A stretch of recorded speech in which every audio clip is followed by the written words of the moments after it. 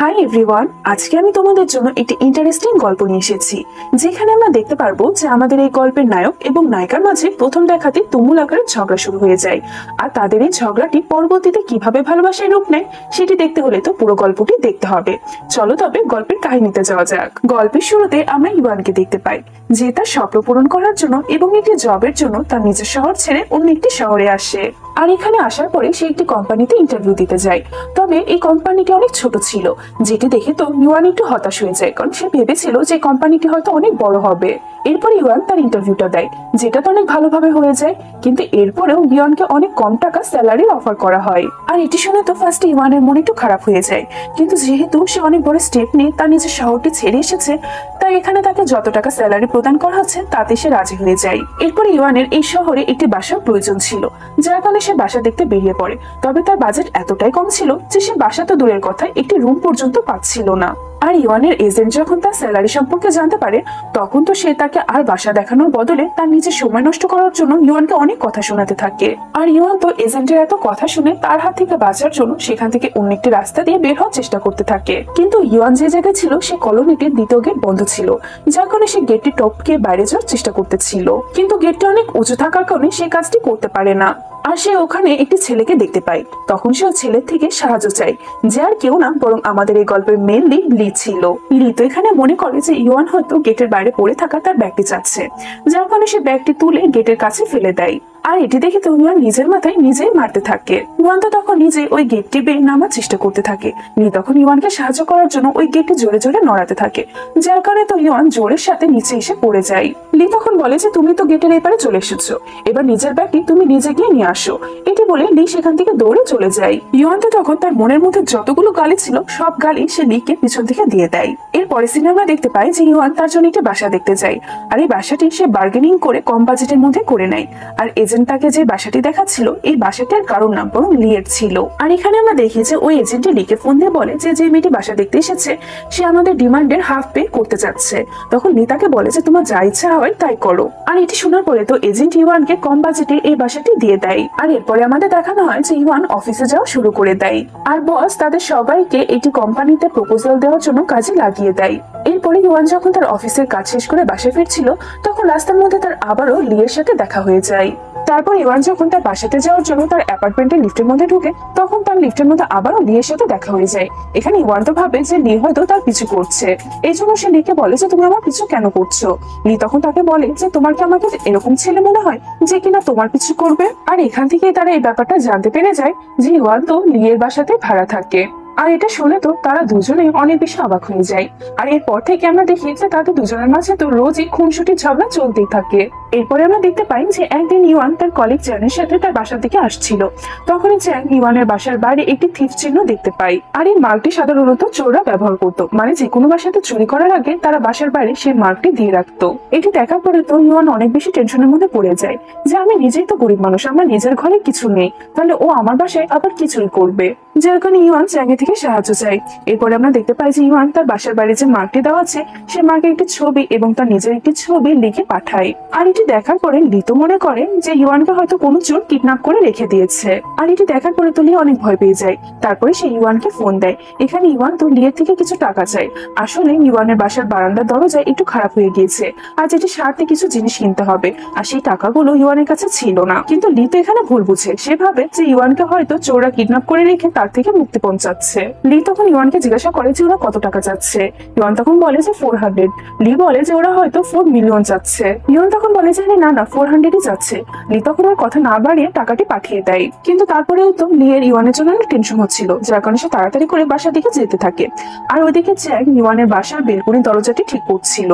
আর ওইদিকে লি তো বাসায় ফিরে তার নিজের বাসার বেলকনির সাহায্যে ইওয়ানের বাসার বেলকনির মধ্যে দিয়ে তার বাসায় ঢোকার চেষ্টা করে, কারণ সে তো ভাবে যে ইওয়ানকে হয়তো চোরেরা তার বাসাতে কিডন্যাপ করে রেখেছে। আর তারপরে লি বাসার মধ্যে যে যখন চ্যাংকে সেখানে দেখতে পায়, তখন সে ভাবে যে এটাই হয়তো চোর। আর সেই সময় চ্যাং ইওয়ানের সাথে ফোনে কথা বলছিল। আর তখনই লি চ্যাংয়ের উপরে হামলা করে। আর চ্যাংয়ের চিৎকার শুনে তো ইওয়ান ফোনের উপাস থেকে মনে করে যে চ্যাংয়ের উপরে হয়তো চোরই হামলা করেছে। আর এটি শোনার পরে তো ইওয়ান তাড়াতাড়ি করে তার বাসার দিকে যেতে থাকে। আর ওইদিকে লি এবং চ্যাংয়ের মাঝে তো মারামারি শুরু হয়ে যায়, কারণ তারা দুজনই একে অপরকে চোর মনে করছিল, কিন্তু তাদের দুজনের মধ্যে কেউই ঠিক মতো মারামারি করতে পারছিল না। আর তখনই ইওয়ান বাসায় ফিরে আসে, আর চ্যাং এর উপরে লি বসেছিল, যেটা দেখে ইওয়ান মনে করে যে চ্যাং এর উপরে হয়তো কোনো চোর হামলা করেছে। এই জন্য ইওয়ান লিকে চোর ভেবে তার মাথার উপরে আঘাত করে দেয়। আর তারপরে সে দেখে যে এটা তো চোর না, বরং লি। আর এটি দেখার পরে তো ইওয়ান অনেক বেশি শকড হয়ে যায়, আর লি তো এখানে এম্বারেস ফিল করে সেখান থেকে চলে যায়। আর এরপরে ইওয়ান চ্যাংকে তার বাসার নিচে রাখতে যায়, তখনই তারা চোরকে সেখানে দেখতে পায়। আর এই চোরটির পিছনে তো ইওয়ানের অ্যাপার্টমেন্টের সবাই ধাওয়া করছিল। আর এটি দেখার পরে তো ইওয়ান এবং চ্যাং ওই চোরটিকে ধরতে যায়, তবে চ্যাং তো ফাইট করতে পারতো না। আর এটি দেখার পরে তো ইওয়ান নিজে ওই চোরটির সাথে ফাইট করতে থাকে, আর এক পর্যায়ে সে ওই চোরটিকে পুরো মাটির সাথে লুটিয়ে দেয়। আর এটি দেখার পরে তো সেখানে যতজন উপস্থিত ছিল তারা সবাই তো ইওয়ানের অনেক প্রশংসা করতে থাকে। এরপর ইওয়ান যখন তার বাসার দিকে যাচ্ছিল, তখনই সে দেখে যে লি তো তার বাসার বাইরে দাঁড়িয়ে আছে। আর লিকে দেখে তো সে অনেক ভয় পেয়ে যায় যে এখন লিকে মারার জন্য সে আমার কি না করবে, কিন্তু লি তো ইওয়ানের সাথে তার বাসার মধ্যে চলে যায়। আর তারপরে সেই ইওয়ানের বেলকনি দরজায় যে প্রবলেমটি হয়েছিল সেটি সে ঠিক করে দেয়। আর এটি দেখার পরে ইওয়ান মনে মনে বলতে থাকে যে আমি লিকে যতটা খারাপ মনে করেছিলাম ও ততটাও খারাপ না। এই জন্য সে লিয়ের জন্য নুডলস রান্না করে তাকে দেয়। আর লি তো এখানে ইওয়ানের রান্না করা নুডলস অনেক মজা করে খেতে থাকে। আর এখান থেকে তাদের দুজনের মাঝে একটি ভালো বন্ডিং তৈরি হয়ে যায়। এর পরের সিনে আমরা দেখতে পাই যে ইওয়ান তো লিকে তার অফিসের লাঞ্চ বক্সটা তৈরি করে দেয়। আর এটি যখন লি দেখে তখন তো সে অনেক বেশি খুশি হয়ে যায়। আর অন্যদিকে আমাদের অফিসে ইওয়ানকে দেখানো হয়। এখানে আজকে ইওয়ানের জন্য একটি খারাপ খবর ছিল, কারণ ইওয়ান যে ডিজাইনটি তৈরি করেছিল তার কোম্পানির হয়ে, সেই ডিজাইনটি তার পার্টি এর পছন্দ হয়নি। এই জন্য ইওয়ানের সিনিয়র তাকে কোম্পানি থেকে বের করে দেয়। আসলে ইওয়ান যে কোম্পানিতে কাজ করে সেই কোম্পানির অবস্থা অনেক খারাপ ছিল, আর তারা কোনো মতনে এই প্রজেক্টের কাজে পেয়েছিল, আর এই প্রজেক্টে এখন তাদের হাতছাড়া হয়ে যাচ্ছিল। ইওয়ান তো তার সিনিয়রের এত কথা শুনে মন খারাপ করে কোম্পানি থেকে বেরিয়ে আসে। তারপরে সে একটি রেস্টুরেন্টে গিয়ে তার ডিজাইনের উপরে কাজ করতে থাকে। আর তখনই সেখানে ইওয়ানের বস আসে, আর সে তাকে একটি রেস্টুরেন্ট খোঁজার টাস্ক দেয়। কিন্তু অনেক খোঁজার পরে ইওয়ান সে রেস্টুরেন্টটি খুঁজে পায় না। এই জন্য ইওয়ান শেষ পর্যন্ত হাল ছেড়ে দিয়ে মন খারাপ করে তার বসকে ফোন দিয়ে বলে। বস তখন তার সাথে দেখা করতে আসে, আর তারপরে বস ইওয়ানকে এসে বলে, আমি তোমাকে যে রেস্টুরেন্টের কথা বলেছিলাম সেই রেস্টুরেন্টের সামনেই তো তুমি দাঁড়িয়ে আছো, তবে এই রেস্টুরেন্টের বোর্ডটা একটু ভিন্নভাবে দেওয়া আছে, যার কারণে কেউ এটিকে সহজে খুঁজে পাবে না। আর এই কথাগুলো শোনার পর ইওয়ান বুঝে যায় যে বস চাচ্ছে যে সে এমন ভাবে কোনো ডিজাইন বানান যাতে এই ডিজাইনটি কেউ একবার দেখলে সেখান থেকে চোখ ফেরাতে না পারে। এই ব্যাপারটা উপলব্ধি করার পরে ইওয়ান বসকে ধন্যবাদ জানিয়ে অফিসে যায়। তারপরে সে সিনিয়রকে বলে যে আমার প্রথম ভুলের জন্য প্লিজ আমাকে ক্ষমা করে দিন, আর আপনার সাথে আমাকে কাজ করতে নিয়ে আমাকে আপনার থেকে সবকিছু শেখার একটু সুযোগ করে দিন। সিনিয়র তো তখন ইওয়ানকে মাফ করে দিয়ে তাকে আবারও কোম্পানিতে নিয়ে নেয়। আর ইওয়ানের কোম্পানি যে কোম্পানি থেকে প্রজেক্টটি পেয়েছিল সেটি লিয়ের কোম্পানি থেকে পেয়েছিল, তবে ইওয়ান এই ব্যাপারটা জানতো না। এরপরে একদিন রাতের বেলায় তারা দুজন মিলে হেঁটে হেঁটে বাসার দিকে যাচ্ছিল, আর তখন ইওয়ান তার প্রজেক্টের ব্যাপারে লিয়ের সাথে কথাবার্তা বলছিল। লি তখন ইওয়ানকে জিজ্ঞাসা করে যে তুমি কোন কোম্পানির হয়ে প্রজেক্টের ডিজাইনটি তৈরি করছো। ইওয়ান নামটি বলে লি তো অনেক অবাক হয়ে যায়, কারণ এই কোম্পানিটি তো লিয়েরই ছিল। এরপরে সিনে আমরা দেখতে পাই যে ইওয়ান যখন অফিস থেকে বাসাতে ফিরে তখন সে তার বাসার চাবিটি খুঁজে পাচ্ছিল না। এটি যখন লি দেখতে পায় তখন সে ইওয়ানকে এসে বলে যে যতক্ষণ না পর্যন্ত লক ঠিক করার লোক এখানে আসছে ততক্ষণ পর্যন্ত তুমি আমার বাসাতে থাকতে পারো, কিন্তু ইওয়ান তো অ্যাটিটিউড দেখিয়ে তাকে মানা করে দেয়। আর তখনই দরজার লক ঠিক করার লোকেরা ইওয়ানকে ফোন দিয়ে বলে যে আমাদের আসতে 3 থেকে 4 ঘন্টার মতো সময় লাগবে। আর এটি শুনে তো ইওয়ানের অবস্থা অনেক খারাপ হয়ে যায়। আর এটি দেখার পরে তো লি ইওয়ানের অনেক মজা নিতে থাকে, আর সে ইওয়ানকে বলতে থাকে যে এই 3 থেকে 4 ঘন্টার মধ্যে যদি তোমাকে ওয়াশরুমে যেতে হয় তখন তুমি কি করবে। আর এগুলো শুনে তো ইওয়ান বাধ্য হয়ে লিয়ের বাসাতে চলে যায়। আর এখানে আসার পরে তো ইওয়ান এবং লি বসে গল্প করছিল। এখানে ইওয়ান লিকে বলে যে আমি যে কোম্পানির প্রজেক্টে কাজ করছি সেই কোম্পানির পার্টি এর আমার ডিজাইনটি পছন্দ হয়নি, আর যার কারণে আমাকে নতুন একটি ডিজাইন তৈরি করতে হবে। আর আজকের দিনটাই শুধুমাত্র আমার কাছে আছে, তাই আমাকে যেভাবেই হোক নতুন একটি ডিজাইন তৈরি করতেই হবে। এরপরে পরের দিন সকালে ইওয়ান তো অনেক খুশি খুশি পার্টি এর সামনে নিজের ডিজাইনের প্রেজেন্টেশন দেওয়ার জন্য অফিসে যায়। আর সেখানে যাওয়ার পরে ইওয়ানের ব্যাপারটা জানতে পারে যে তার সিনিয়রই তার নাম করে তার নিজের ডিজাইনে পার্টি এর সামনে প্রেজেন্ট করবে। ইওয়ান তো তখন মন খারাপ করে সেখান থেকে ফিরে আসে। আর অন্যদিকে পার্টি এ মানে লি ইওয়ানের জায়গাতে অন্য কাউকে প্রেজেন্টেশন দিতে দেখে তো সে পুরো ব্যাপারটা বুঝতে পেরে যায়, যার কারণে লি সেখান থেকে বেরিয়ে ইওয়ানের খোঁজ করতে থাকে। তারপরে সে ইওয়ানকে একটি জায়গাতে মন খারাপ করে বসে থাকতে দেখে। লি তো তখন ইওয়ানের কাছে আসে, আর লিকে দেখে তো ইওয়ান তখন অনেক বেশি কান্না করতে থাকে। লি তখন ইওয়ানকে বলে যে চলো আমি তোমাকে অনেক স্পাইসি খাবার খাইয়ে নিয়ে আসি। এটা বলে সে ইওয়ানকে নিয়ে একটি ক্যাফেতে যায়। ইওয়ান তখন লিকে জিজ্ঞাসা করে যে তুমি আমাকে স্পাইসি খাবার কেন খাওয়াতে চাচ্ছ। তখন লি তাকে তাকে একটি কথা মনে করিয়ে দেয় যে কেউ একজন আমাকে একটি কথা বলেছিল যে যখন তোমার অনেক মন খারাপ থাকবে বা যখন তুমি অনেক খুশি থাকবে তখন তোমার স্পাইসি খাবার খাওয়া উচিত। আর এটি শোনার পরে তো ইওয়ান হাসতে থাকে আর লিয়ের সাথে সময় কাটিয়ে তো এখানে ইওয়ানের মনটাও একটু ভালো হয়ে যায়। এরপরে তিনি অফিসে গিয়ে তার অ্যাসিস্ট্যান্টকে ইওয়ানের কোম্পানি ডিজাইনের ব্যাপারে ডিটেলসে কথা বলার জন্য পাঠিয়ে দেয়। আর তারপরে লি তার অ্যাসিস্ট্যান্টের থেকে ব্যাপারটা জানতে পারে যে সেই ডিজাইনটি ইওয়ানই বানিয়েছে। আর ইওয়ানের কোম্পানি তাদের মিটিং এ ওই ডিজাইনটিকে ভালোভাবে উপস্থাপন করার জন্য তারা ইওয়ানকে ডাকে। আর কোম্পানি মানে লিয়ের কারণে ইওয়ান আবারও নিজের ডিজাইন এবং তার নাম ফিরে পায়। আর এ কারণে তো ইওয়ান অনেক বেশি খুশি ছিল।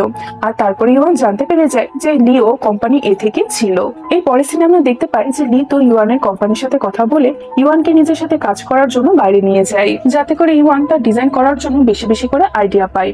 এরপরে আমরা দেখতে পাই যে রাতের বেলায় ডিনার করার জন্য লি ইওয়ানকে নিয়ে একটা রেস্টুরেন্টে যায়। আর সেখানে লিয়ের সাথে তার এক্স ইউয়ের দেখা হয়। আর তাকে দেখে তো লিয়ের অনেক মন খারাপ হয়ে যায়। আর এখানে ইওয়ান তো লিয়ের ফেস দেখে সমস্ত ব্যাপারটা বুঝে যায়। লি তো তখন সেখান থেকে উঠে চলে যায়। ইওয়ানও তখন তার পিছনে সেখান থেকে চলে আসে।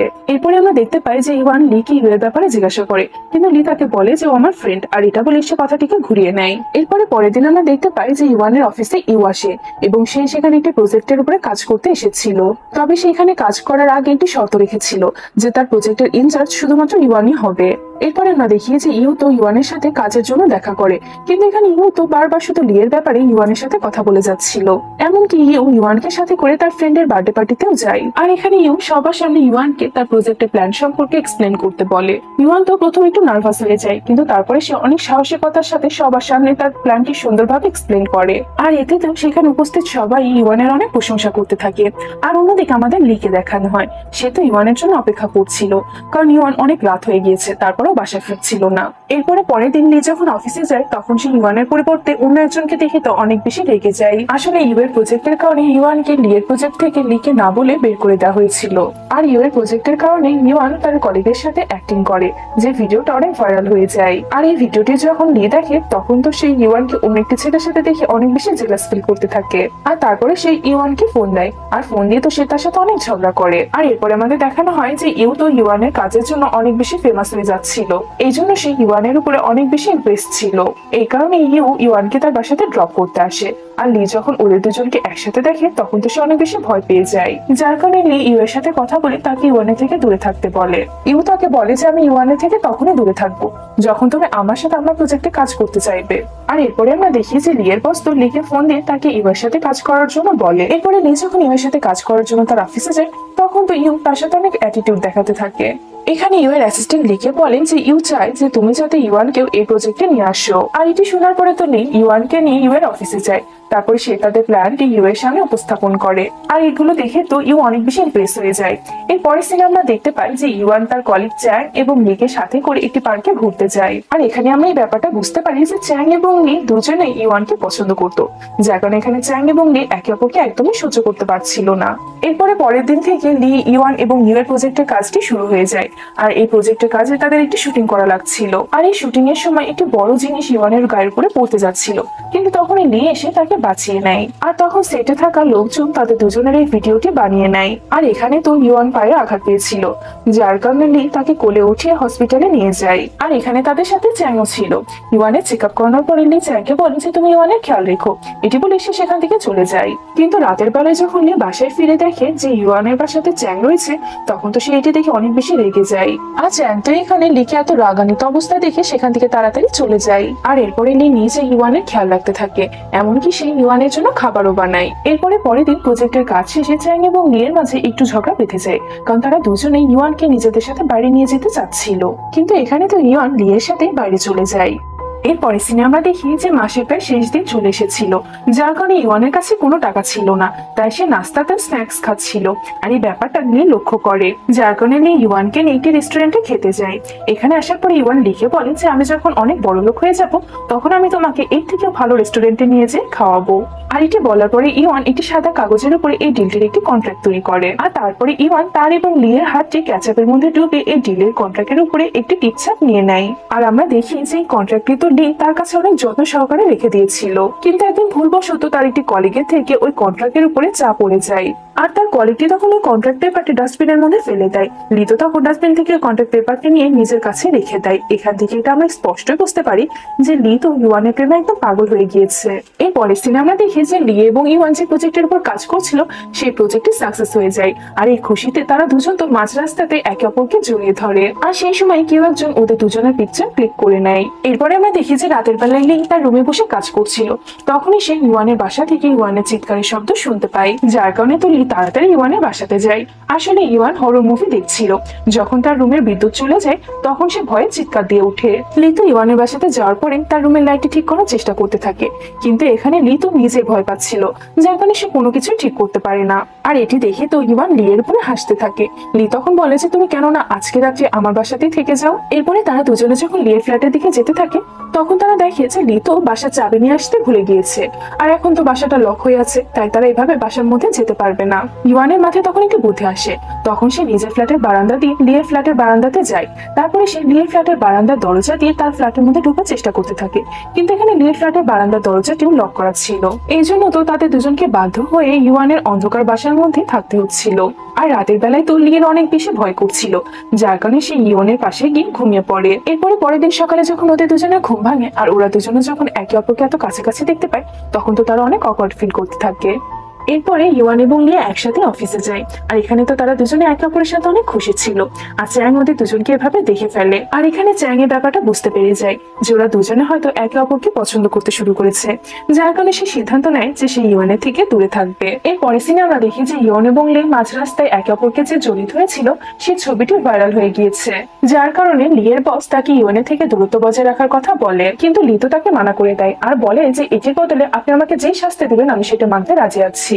আর ইওয়ান যখন এই ব্যাপারটা জানতে পারে তখন সে নিজেও লিকে তার থেকে দূরে থাকতে বলে, কিন্তু লি তো কারোর কোনো কথাই শুনছিল না, বরং তাদের দুজনের মাঝে যে লুকানো ভালোবাসাটি রয়েছে সেটি দিন দিন বেড়ে চলছিল। আর এরপরে আমরা দেখি যে লি তো তার কোম্পানিটি ছেড়ে দেয় আর লিয়ের কোম্পানি থেকে ইওয়ানকে জবের জন্য অফার করা হয়। আসলে লি তার কোম্পানিটি ছেড়ে নিজের বিজনেস স্টার্ট করতে চাচ্ছিল, যার কারণে সে ইওয়ানকে বলে যে তুমি আমার বদলে আমার কোম্পানিটি জয়েন করো। কিন্তু ইওনের কোম্পানির বসেরা এবং তার কলিগসরা অনেক বেশি ভালো ছিল, যার কারণে ইওন এই জবটি ছাড়তে চাচ্ছিল না।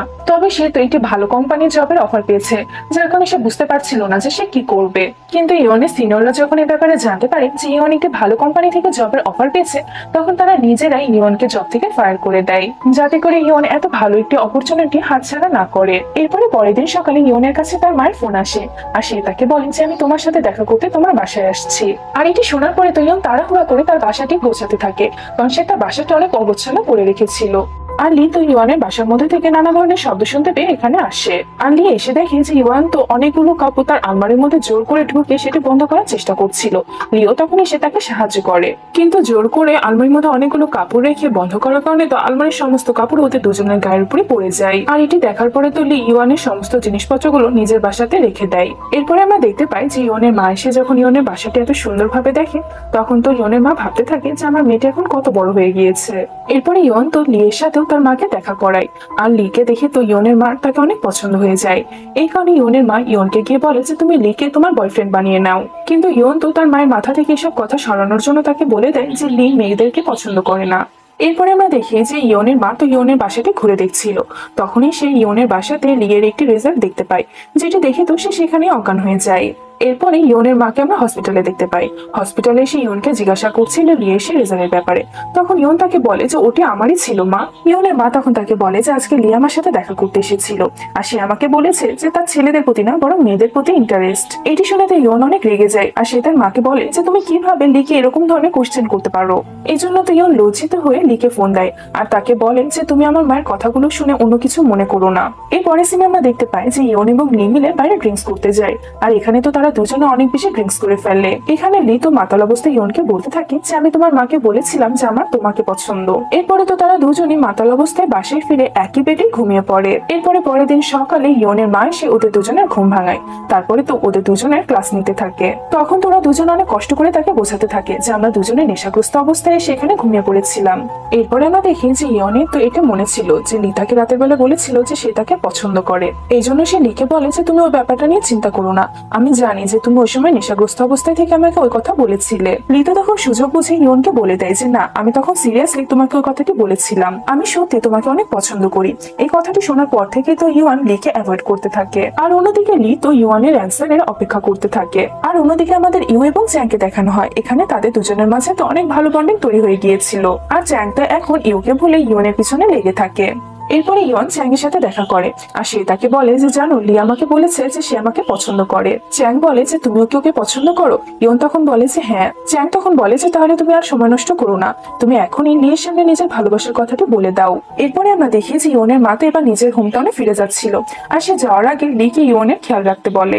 আর লি তো এটি শুনে অনেক বেশি খুশি হয়ে যায়, কিন্তু ইয়নের মা সেখান থেকে যাওয়ার পর তো ইয়ন রাগ দেখিয়ে সেখান থেকে চলে যায়। লি তো তখন ইয়নের পিছনে গিয়ে তার রাগটা ভাঙানোর চেষ্টা করতে থাকে, আর তখন ইয়ন লিকে নিজের বয়ফ্রেন্ড বলে ডাকে। আর এটি শুনে তো লি অনেক বেশি খুশি হয়ে যায়, আর এখান থেকে তাদের দুজনের রিলেশনশিপটি শুরু হয়ে যায়। এরপরে আমরা দেখি যে লি তো নিজের বিজনেস স্টার্ট করার জন্য তার বাসাটি বিক্রি করে দেয়। ইয়ন তখন লিকে তার বাসাতে শিফট হওয়ার জন্য বলে, কারণ এই ফ্ল্যাটটিও তো লিয়েরই ছিল।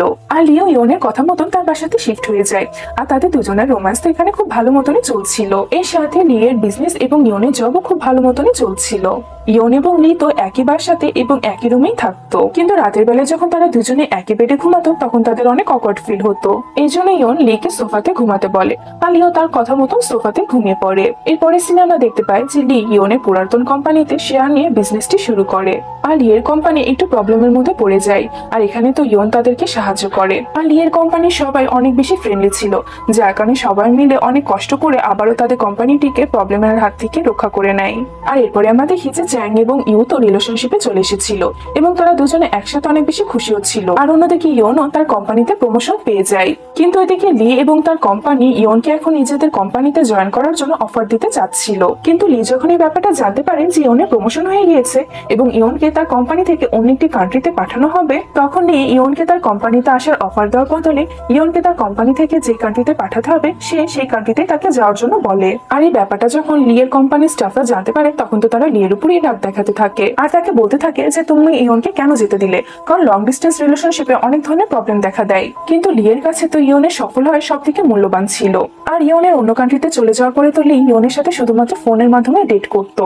একদিন লি ডেটে যায়, আর কোম্পানির স্টাফরা লিকে দেখে ভাবে যে লি হয়তো অন্য কোনো মেয়ের সাথে ডেটে গিয়েছে, যার কারণে তারাও লিকে ফলো করতে করতে সে রেস্টুরেন্টে চলে আসে।